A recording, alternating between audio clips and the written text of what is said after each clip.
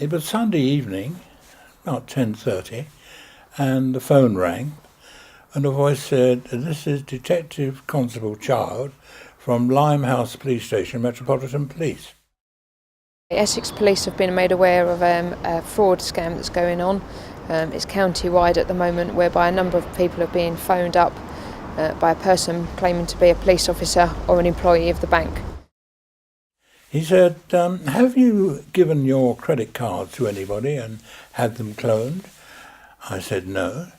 And said, "Well, we've arrested 2 people in Stratford, Westfield Centre, using cards in your name and buying goods, and we're checking whether you gave them the cards or authority." And then what the person does is talk to the victim, and they say that they've had their cards cloned or they've arrested somebody for an offence and that they need to cancel their cards immediately and phone over their details. He said, "Well, I think we have a problem here. You better ring me back to ensure that you're talking to the police." I said, "Right." So I put the phone down and I rang 999. So next I heard was Child's voice, and he said, "Right, we've confirmed that, sir. Now the next thing we've got to do is to stop your credit cards. Now, on the back of the credit card is a number. Will you telephone there and tell them to block your cards?" I said, "Right." So the phone went down. I picked it up and dialed the numbers on the back of the cards.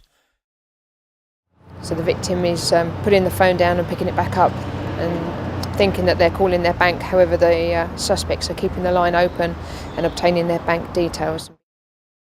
So I said, "Right, now the next thing, sir, is we've got to charge these people by 5:30 in the morning or release them.